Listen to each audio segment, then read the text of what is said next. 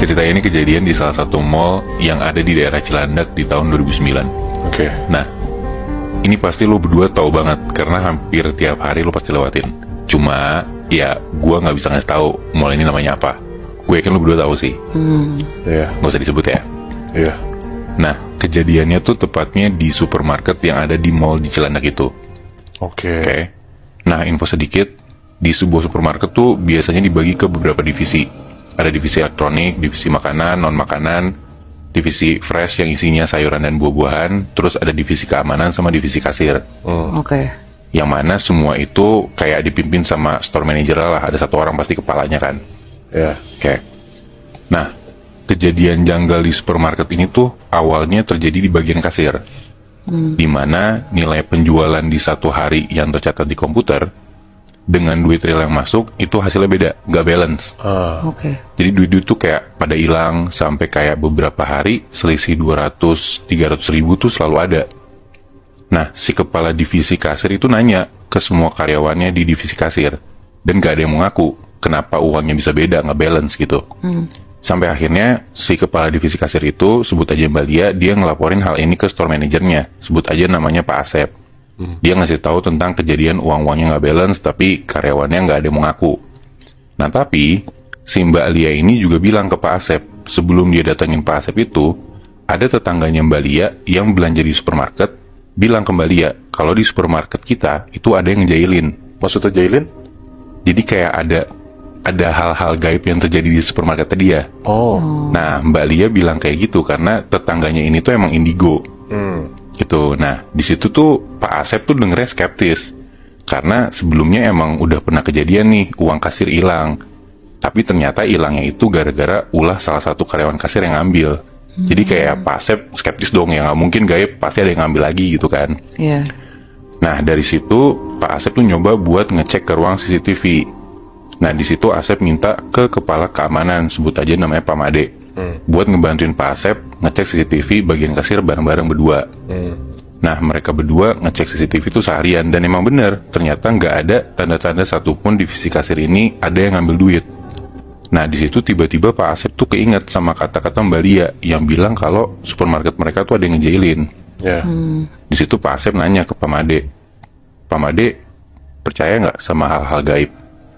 Pak Made jawab, ya kami kalau di Bali sih percaya Pak, emang kenapa? Di situ Pak Asep cuma jawab, nggak apa-apa Pak Made, ya udah lanjut aja kerja. Udah tuh akhirnya hari udah malam, supermarket tutup. Nah besok paginya, karyawan tuh semua pada siap-siap kan, buat ngebuka store gitu kan. Tapi tiba-tiba di divisi fresh, yang divisi sayuran dan buah, itu tuh kaget banget.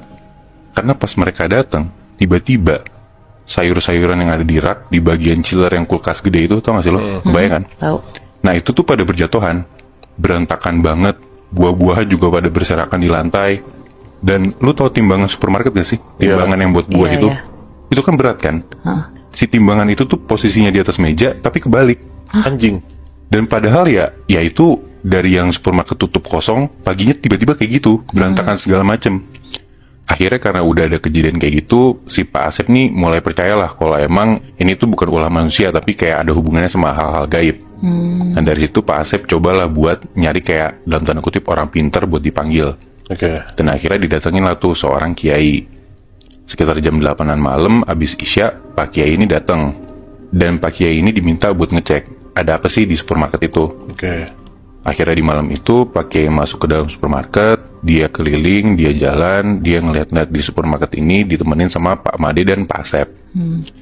Udah selesai semua tempat dikelilingin, si Pak Kiai ini nanya ke Pak Asep, ini lampu bisa dimatiin nggak?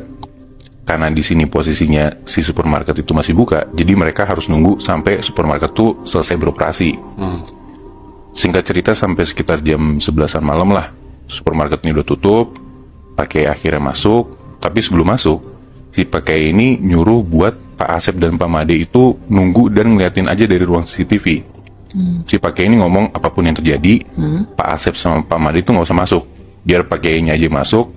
Mereka berdua, si Pak Made sama Pak Asep, itu perhatian aja terus dari CCTV dan rekam aja semuanya. Dia bilang gitu. Di supermarket yang gede itu cuman Pak Kiai sendiri, Bi? Iya betul, dia sendiri. Dan Pak Asep dan Pak Made itu ngeliatnya dari CCTV. merhatiin si Pak Kiai jalan di dalam situ sendirian di supermarket yang udah gelap. Oke, udah tuh Pak Kiai masuk. Dari CCTV kan kelihatan tetap kalaupun gelap ada kayak ya CCTV infrared gitu kan. Udah tuh Pak Kiai ini jalan pelan, dia tenang keliling supermarket, dia jalan ke bagian elektronik, dia jalan lagi lanjut ke bagian makanan, dia jalan terus lanjut ke bagian sabun, peralatan rumah tangga segala macem, sampai akhirnya tiba-tiba dari CCTV kelihatan nih kalau Pak Kiai ini berhenti di bagian fresh, di bagian sayur dan buah-buahan.